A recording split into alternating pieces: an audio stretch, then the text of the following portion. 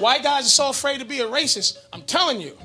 You see a few black guys walking towards you in an area you don't belong in, run. If I see 5 bald white dudes walking towards me, I ain't gonna wonder if they got cancer. I'm gonna go, those look like skinheads. I'm getting the fuck out of here. We're afraid of our biases, and that's a real problem. Our biases may not be good, but unless we're able to actually confront them and admit that we have them, we can never actually fix them.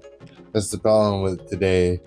I think that's why the first thing they neutered about free speech was the ability of a comedian to be honest. Instead of being able to listen to and joke about the stupid things about ourselves from the other side, we're too defensive and sensitive about it now. Instead of trying to be in a cohesive society, we exist in competition instead of cooperation, and that's the problem. Stereotypes exist for a reason. Everyone has biases. I had this conversation with a group about expectations and whether or not we should have expectations. And someone said something very wise in that group. They said it's not about whether or not we should. That's unhealthy. We do have expectations. The same thing is true with biases. It's not about whether or not we have biases. We definitely do.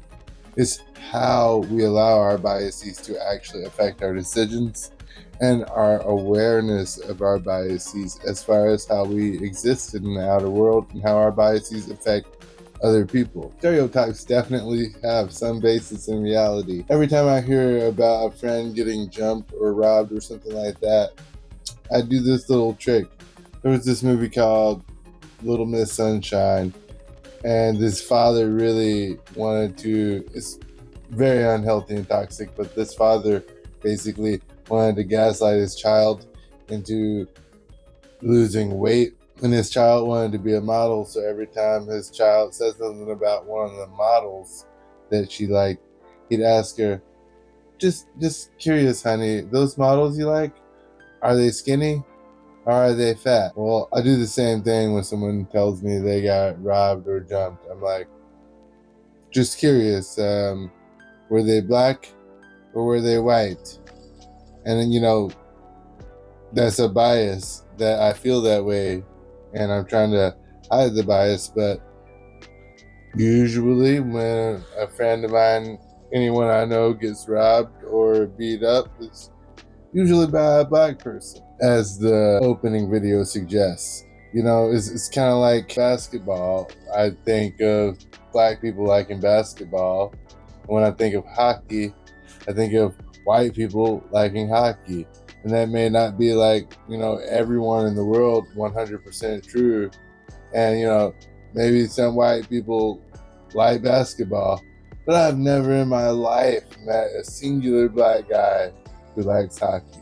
So there must be some truth to that stereotype. Most of what we think comes from subconscious programming that either arrived from things that we responded to before we were consciously aware, or ways we were indoctrinated or programmed by things before we were consciously aware. Like, for example, when I first started discovering and exploring other religious paths, the biggest barrier to me was my fear of hell. Even though I stopped believing the tenets of Christianity, especially hell, since hell is kind of like finagled into the spiritual doctrine of Christianity. It's not actually in the Bible.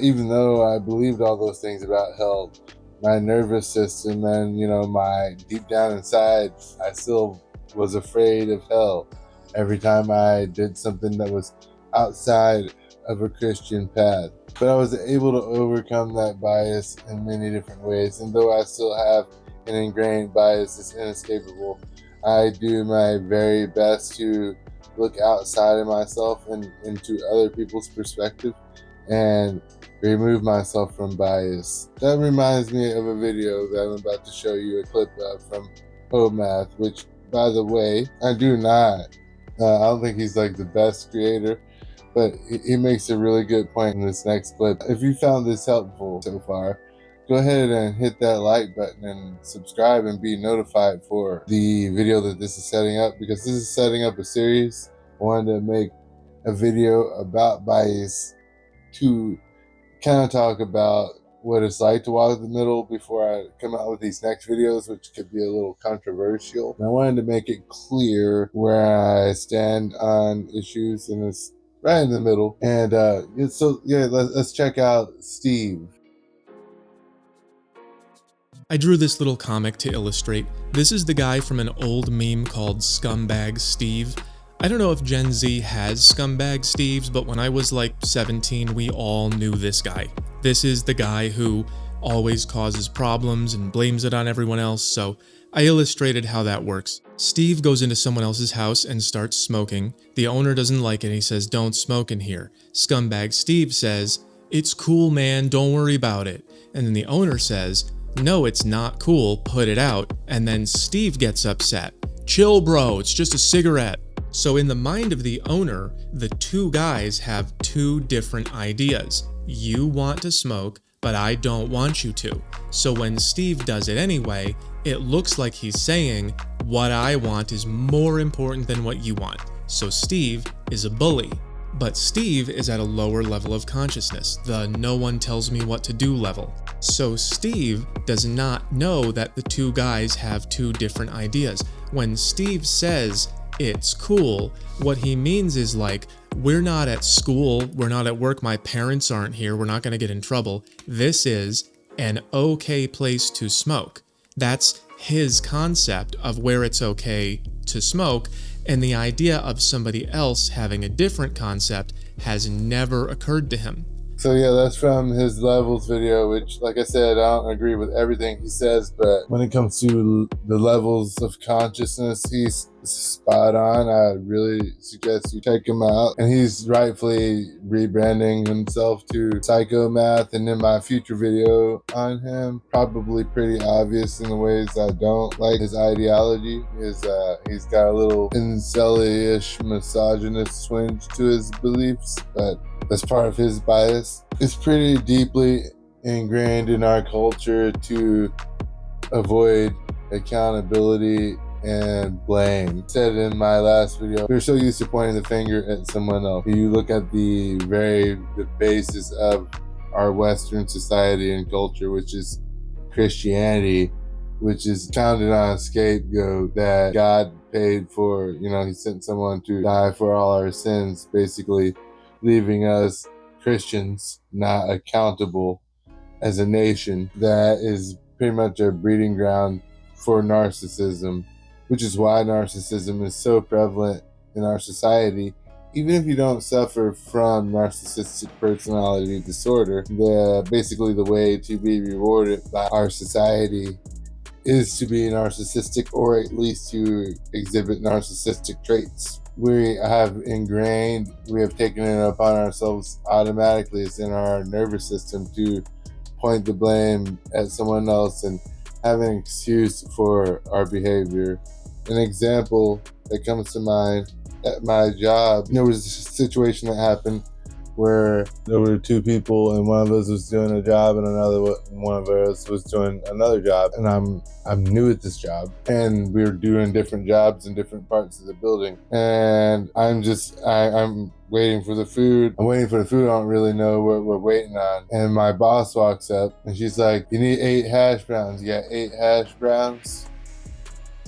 And the other cook, he immediately diverts the blame to me, starts yelling at me because like I'm the new guy or whatever. I didn't even respond to that at the time, but later on that day, I was having a conversation about how this relates to the fact that, even in a situation where there really is no one to blame, there's a scapegoat in the situation.